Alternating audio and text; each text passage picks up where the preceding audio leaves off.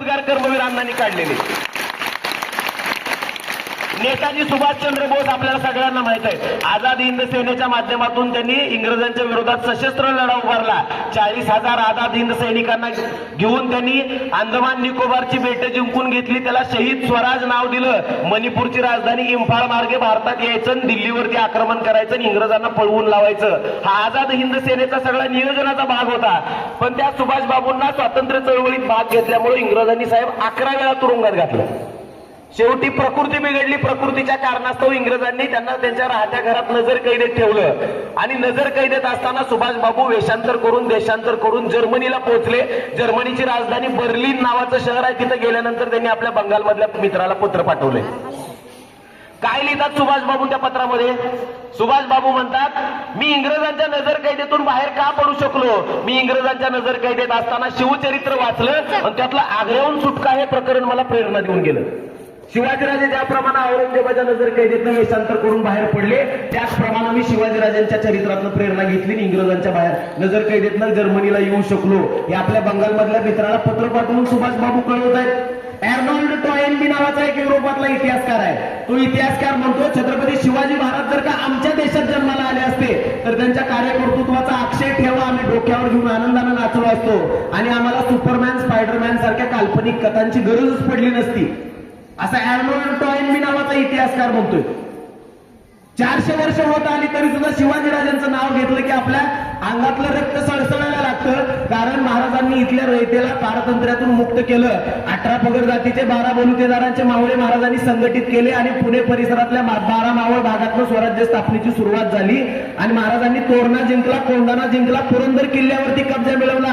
आणि मग मात्र आदिलशाही दरबारात एकच हालकल्लोळ माजला. आणि शहाजीराजाचा पोरगा शिवाजीराजा काय उद्योग करून राहिलाय, कोण जाणार त्याच्या बंदोबस्ताला? आणि ताडकन उठून उभा राहिला आदिलशहाच्या दरबारात फतेह खान.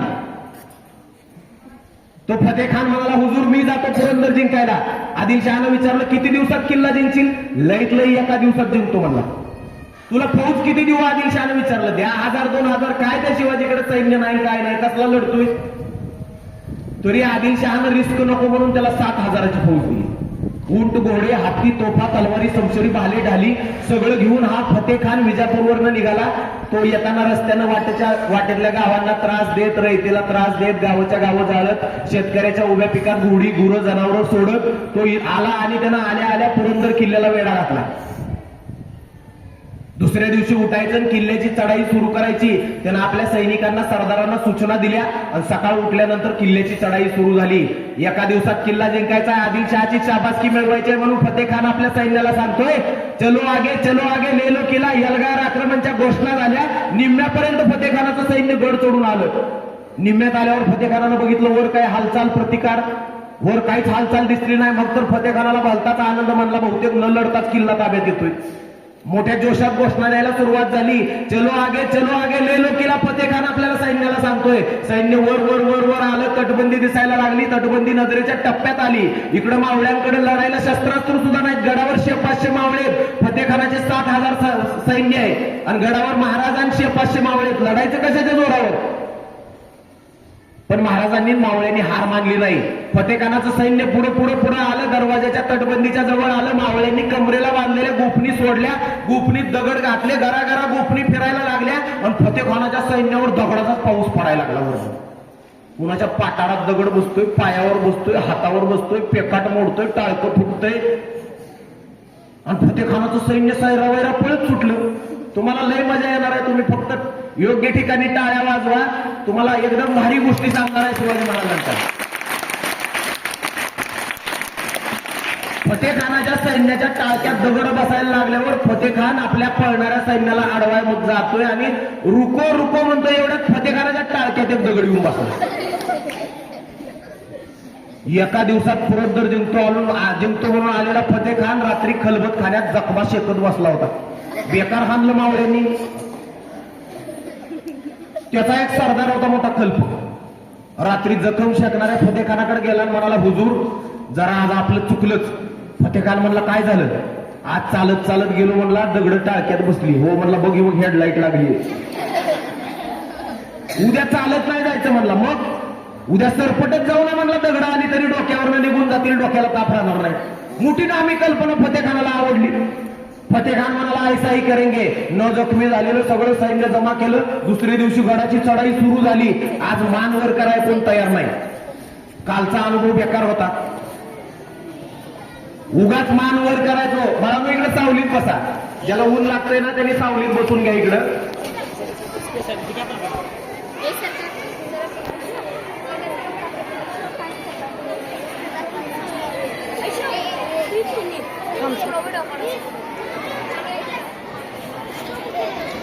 बसा बसा, जिथं जागा मिळेल तिथं बसा.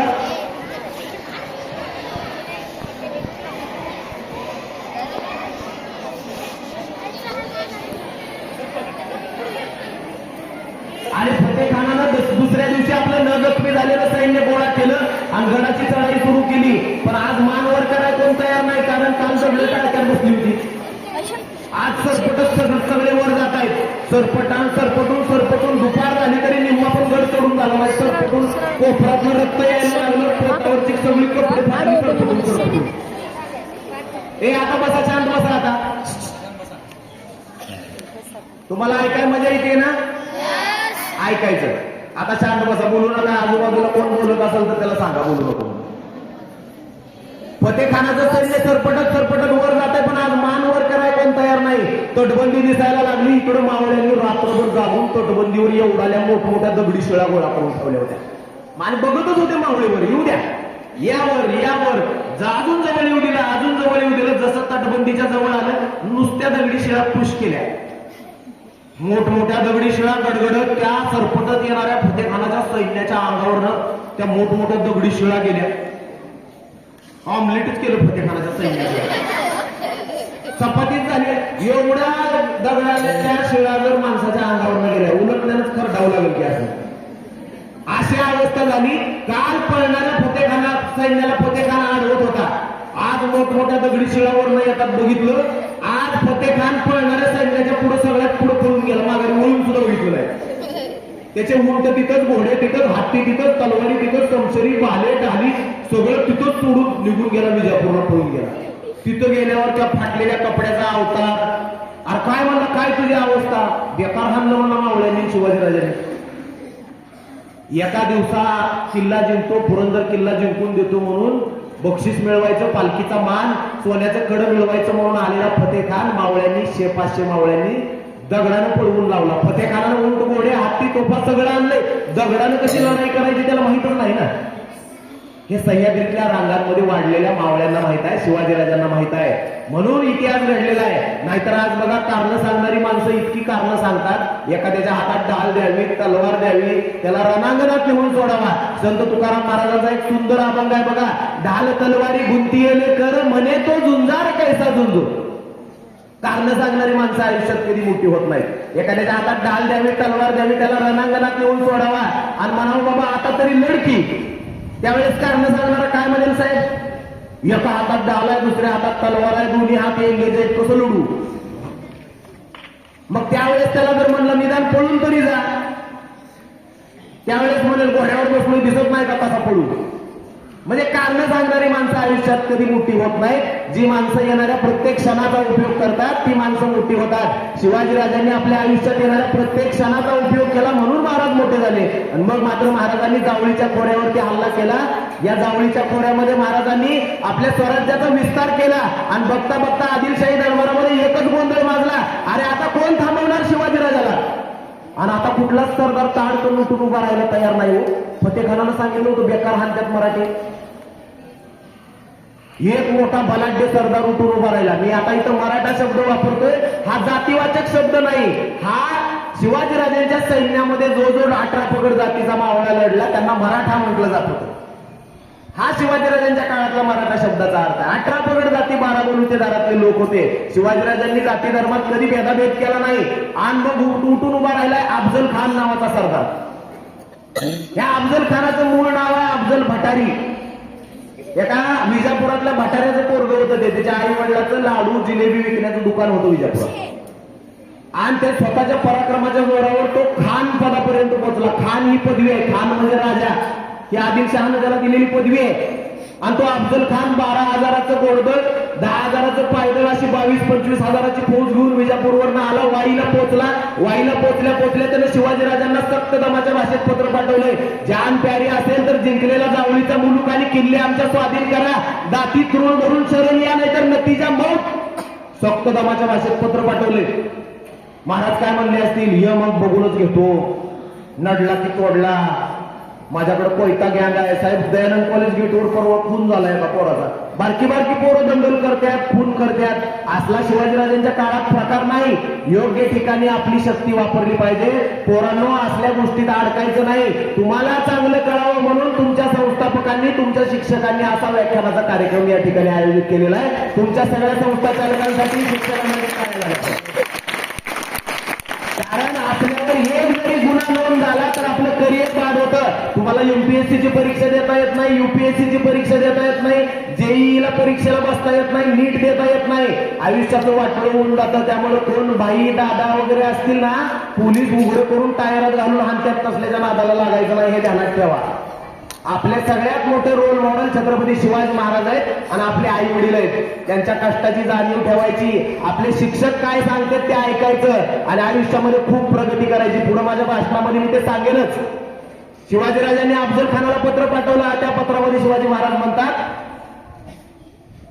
आपण वडीलधारी आहात. रसाळ मदार भाषेत पत्र पाठवले महाराजांनी अफजल खानाला, कारण महाराजांना माहित आहे अफजल खानाला वाईला भेटायला जाणं म्हणजे अफजल खानाची सैन्य संख्या मोठी आहे, त्याच्यासोबत आपला उघड्या मैदानात निकाल म्हणजे मुकाबला होऊच शकत नाही.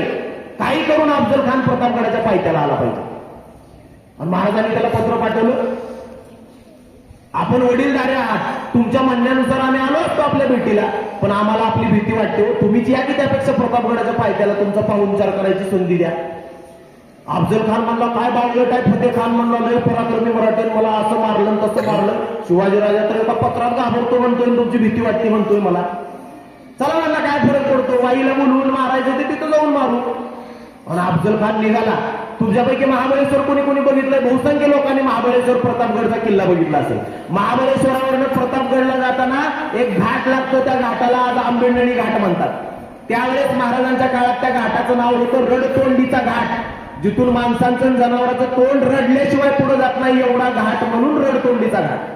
त्या रडतोंडीच्या घाटातनं अफजल खानाचं सैन्य पुढे जायला लागलं आणि प्रतापगडाच्या पायथ्याला त्याच्या सैन्याचा तळ पडला. भेटीचा दिवस ठरला 10 नोव्हेंबर 1659. महाराजांनी अफजल खानाच्या भेटीच्या साठी एक शानदार शामियाना उभारलाय आणि 10 नोव्हेंबरचा दिवस उजाडला. महाराज भेटीला जायची तयारी करतायत. महाराजांनी आतून चिलखत घातलंय, वरून जरीचा कुर्ता घातला, वरून अंगरखा घातला. आपल्या उजव्या हातामध्ये महाराजांनी वाघनख नावाचं शस्त्र लपवलेलं आहे. डाव्या आस्तनी म्हणजे बाई आपल्या कपड्याची, त्याच्यात बिचवा नावाचं शस्त्र लपवले महाराजांनी. आणि 10 अंगरक्षक घेऊन महाराज आलेत. इकडं खान आधी शामियान्यात येऊन बसलाय. महाराज शामियान्यात जातात. अफजल खान उठून उभा राहतो आणि बाहू फैलावून शिवाजीराजांना म्हणतो, आव शिवाजीराजे मिलो हमे. महाराज सामोरे गेले, दोघांची गळाभेट झाली, खानानं दगा केला. महाराजांची मान आपल्या डाव्या बगलेत दाबली, पाठीवरती कट्यारीचा वार करायला सुरुवात केली. आत चिलखत असल्यामुळे फक्त महाराजांचा अंगरखा फाटला, जरीचा कुर्ता फाटला, महाराज बचावले गेले. महाराजांनी दगा ओळखला, आपली वाघनखं काढली, खुपसली खानाच्या पोटात, ओढली बाहेर आणि त्याची चरबी बाहेर आली. दुसऱ्या आस्तनीतला बिचवा काढला, ढकलला, फिरवला, ओढला बाहेर. बरीच बारकी पोरं बसली साहेब इथं. मॅगी खाताना पोरं, मॅगी माहित आहे ना, मॅगी लोंबल्यासारखी अफजल खानाची आतडी लोंबत होती पोटातलं. महाराजांनी पोटाला काढल्यावर 6.5 पावणे 7 फूट उंचीचा अफजल खान आहे. महाराजांनी त्याच्या पोटात बिचवा ढकलला, फिरवला, ओढला. बिचवा म्हणजे चाकू नाही, बिचवा हे शिवाजी महाराजांच्या काळातलं असं शस्त्र आहे. ते पोटात जाताना सरळ जायचं, पण येताना त्याला उलटे थ्रेड्स असतात. बुरीचा काटा माहित आहे तुम्हाला? बुरीचा काटा कसा उलटा ओढला की ओढ बसते अशी, तसं ते बिचवा नावाचं शस्त्र ते अफजल खानाच्या पोटात गेलं, ते फिरवलं, ओढलं, ते येताना उलटे थ्रेड अफजल खानाच्या आतडीत तोडतच बाहेर आले. तरी प्रचंड ताकदवाना अफजल खान बलाढ्य आहे, दिप्पाड आहे. तो पोलादी पार अशी वाकवायचा, इंग्रजीतलं या कॅपिटल यू अक्षर करायचा, सरळ पारायचं, एवढी त्याची ताकद होती. महाराज त्याच्या पुढे उंचीनं थोडके होते, तरी सुद्धा महाराजांनी त्याचा कोतळा बाहेर काढला की मोठमोठ्यानं ओरडायला लागलं, दगा दगा, बचाव बचाव. मोठमोठ्यानं आवाज काढून ते शामियान्याच्या बाहेर आलं. बाहेर आलेले आतडे त्यानं कसे बसे पुन्हा पोटात ढकलले माघारी, जावा जागेवर. महाराजांनी बघितलं होतं ना नाश्त्याला काय काय खाल्लंय स्टार बाहेर. पण झोकांड्यात येत अफजल खान आतडी पोटात ढकलत पालखीत बाहेर जाऊन झोपला. भोयांनी पालखी उचलली, भुई पालखी घेऊन पळायला लागले. आणि हे बघितलं शिवाजीराजांचा अंगरक्षक संभाजी कावजी कोंढाळकर नावाचा त्यांचा सरदार होता. भुई पालखी घेऊन अफजल खानाच्या सैन्याच्या तळावर पळतायत. भुई पुढे संभाजी कावजी मागं, भुई पुढे संभाजी कावजी मागं. आणि त्या संभाजी कावजीनं त्या भोयांना असं काय म्हणलं नाही, तो थांबा, एक्सक्यूज मी, 2 मिनिटं, जरा तुमच्याशी काम आहे. थांबा नाही, काय नाही, पळत्या भोयांच्या घोट्यातनंच पाय छाटले. आता भोयांना पालखी घेऊन पळायची मस्त इच्छा आहे, पाय जागेवर नाही, पळायचं कसं? भुई खाली पडले, पालखी खाली पडली. पालखीत झोपलेल्या अफजल खानाचं मस्तक संभाजी कावजीने एका हाताने धरलं आणि दुसऱ्या हाताने त्याच्या गर्दनीवर तलवार फिरवली सारखान आणि आणलं स्विगी झोमॅटोचं पार्सल आणल्यासारखं हलवत हलवत.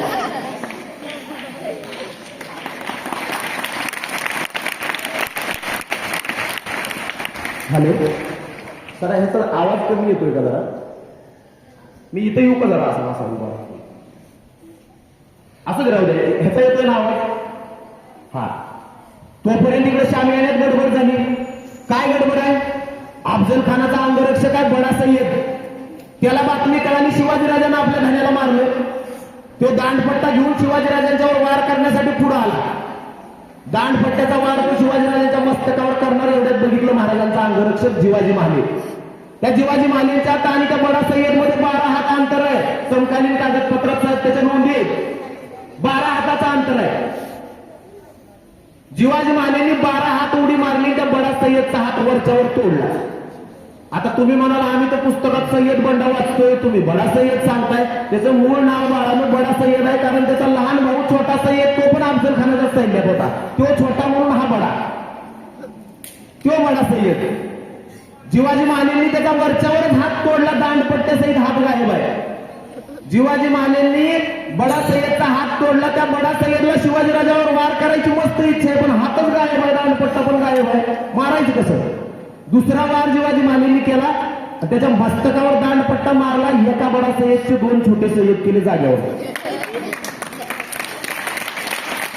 तोपर्यंत पुन्हा शामी येण्यात गडबड झाली.